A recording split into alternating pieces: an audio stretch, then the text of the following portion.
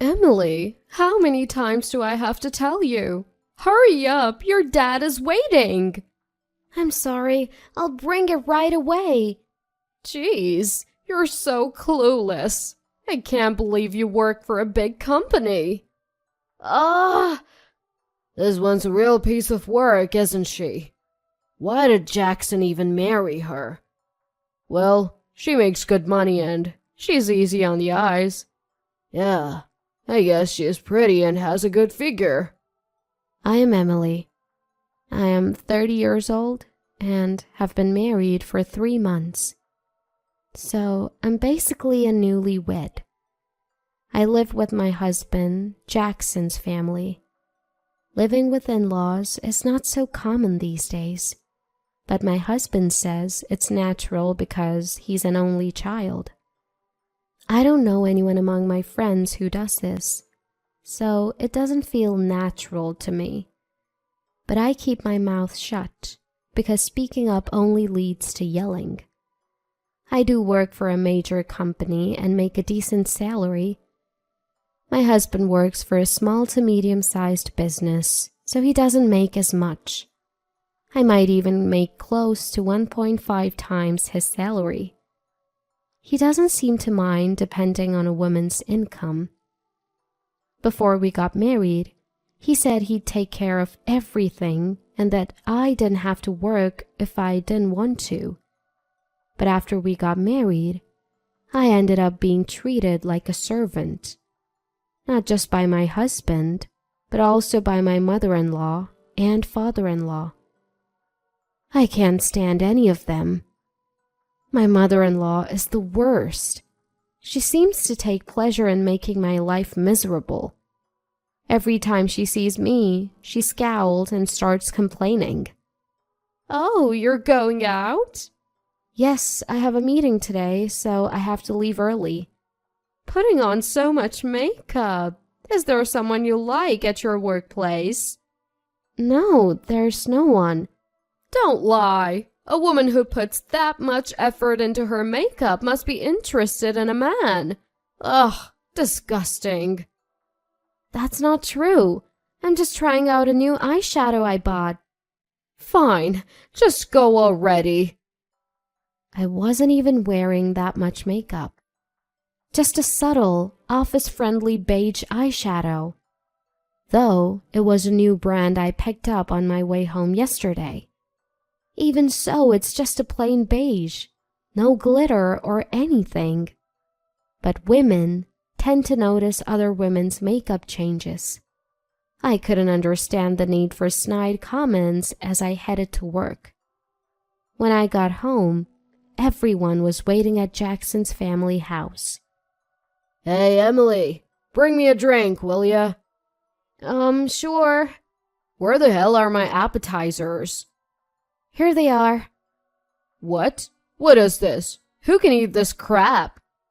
Oh, you don't like it? Nah, it's awful. Make it again. I don't need this. My husband tossed the appetizers I made into the sink, and he looked pleased with his petty grin. I felt an instant wave of sadness. Why do I have to endure this treatment every day? What on earth did I do to deserve this? Just then, my husband chimed in. You have some money, right? What? I've been thinking. I want to move into a new house.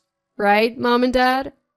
Yes, I'd love a new house, his mother said. If you take out a 35-year mortgage for a new house, I'll treat you better. You'll move up from servant to housekeeper. No, to a roommate. Really?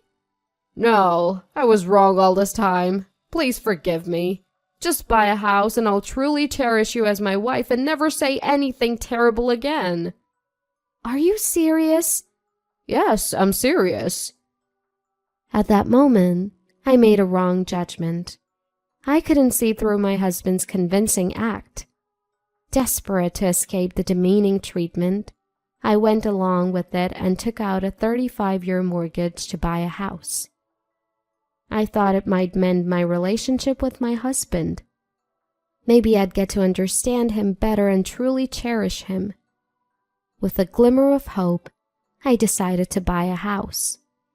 Finally, the new house was complete. Wow, this is nice. My room looks amazing. I can't believe we get to live in such a beautiful home.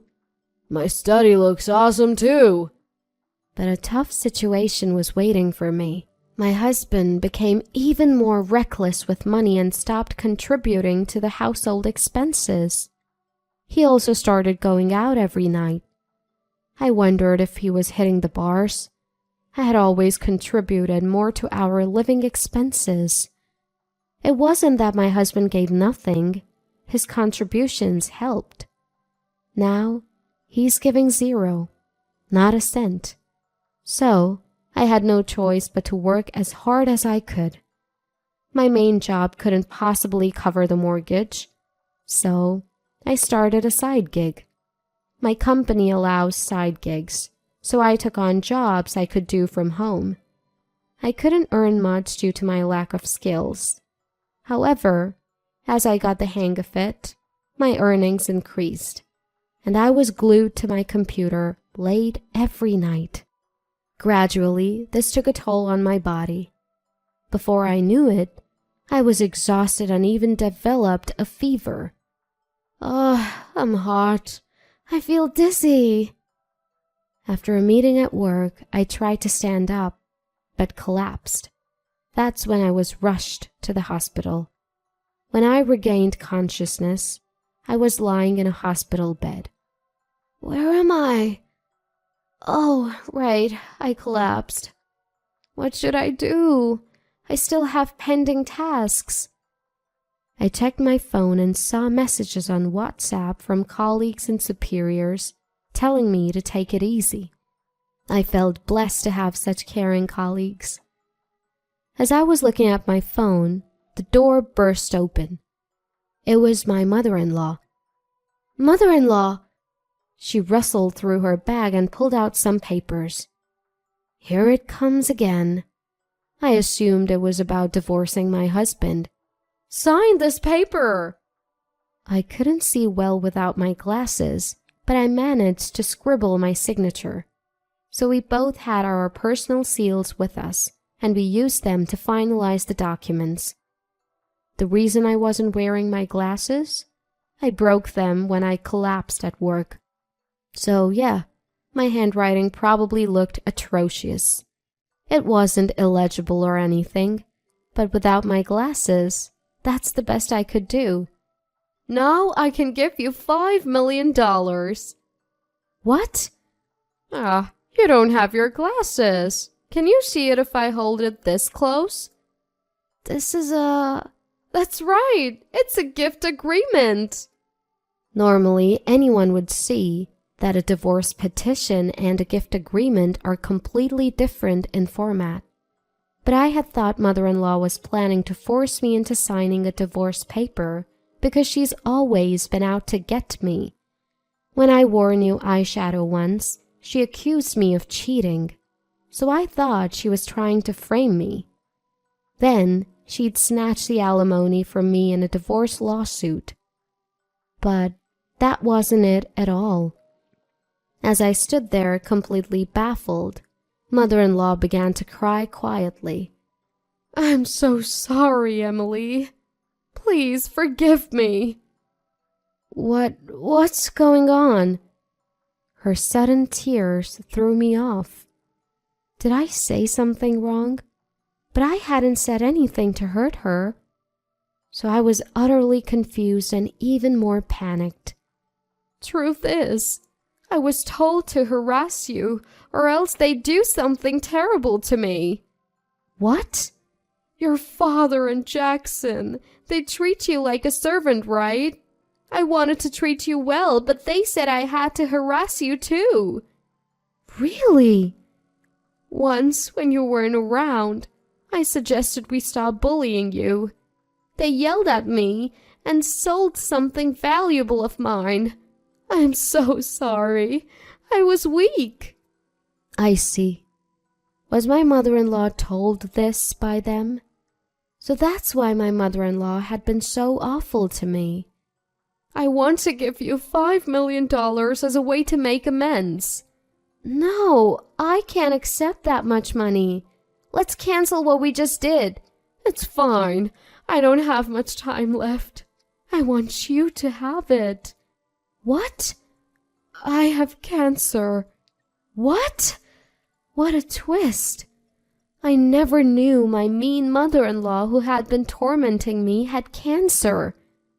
And apparently it's pretty advanced. She said she doesn't want to spend her last days in a hospital because it won't get her better. Instead, she's been going to a clinic that specializes in palliative care. I only have a few more visits to the clinic. I want to give you something before I'm gone. But what about my husband and father-in-law if they find out? Don't worry about them. What's important is that you find happiness. I know I don't have the right to say this, but please leave my son. Mother-in-law, promise me you'll find happiness. It's my last wish. Yes, I understand. I'll make sure to do that. I was crying. I never knew that the woman I hated so much was actually thinking about me. And where did the $5 million come from? Turns out, it was left by her late father, who was incredibly wealthy. Given that Jackson's family home looks totally average, mother-in-law must have been saving the inheritance. She insisted that it was okay for her to give me this significant amount. Though, I had no idea what to do with such a staggering sum. So, I accepted it. After that, I recovered and left the hospital. I took some time off before going back to work. And there's one thing I want to do before that. It's to divorce my husband. Can you leave this house? What? This is my house. I'm the one who's been paying the mortgage, and it's in my name. I don't need you anymore. Don't get smart with me. Since when did you become so important? I'm certainly more important than you.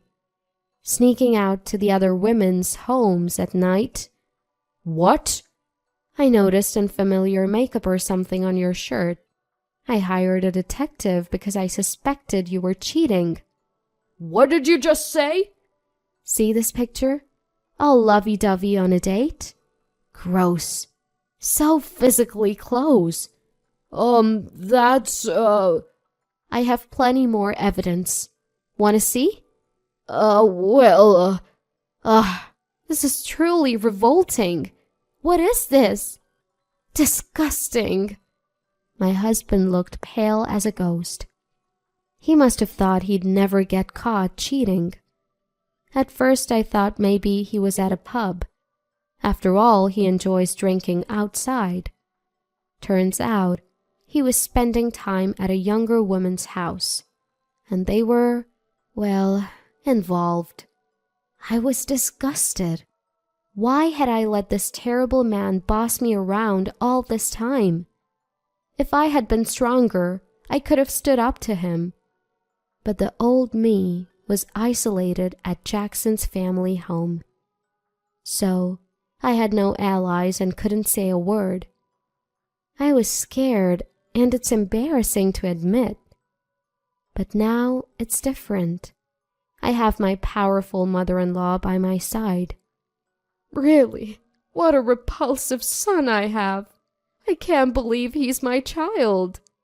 Mom, what are you talking about? I'm done listening to you too. Right, Emily? Yes. How dare you betray me? Mom, are you okay with this? Are you threatening me? I'll report you to the police if you use dangerous words. Don't get out of your place, woman. Men are superior to women. Know your place. Enough! You shut up too, you cheater! What? You were cheating too, right? Like father, like son. What a disgrace. Give me back my life. No. Unbelievably, my father-in-law had been cheating too. I was unaware of this and utterly shocked. What a bunch of creeps! They felt like creatures from another dimension. You and Jackson will be paying damages in the divorce court, got it? What? I don't want to pay. You've got Grandpa's inheritance. That should be enough.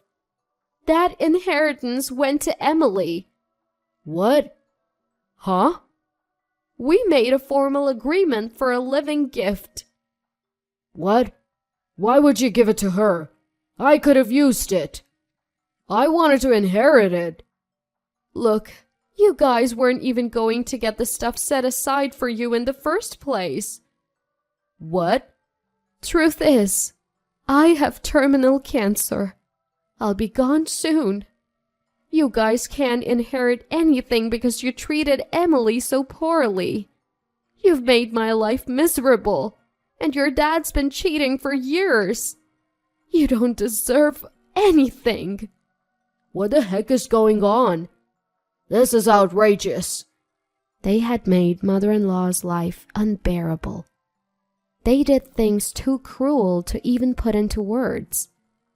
That's why they couldn't inherit anything, not even the stuff set aside for them. I thought, how foolish. Had they not acted that way, they would have at least received what was initially set aside. So, get out. I never want to see your face again. You, get out too. What? Hey! Mother-in-law and I kicked our husbands out, and we locked the door from the inside. Thank you. And I'm sorry.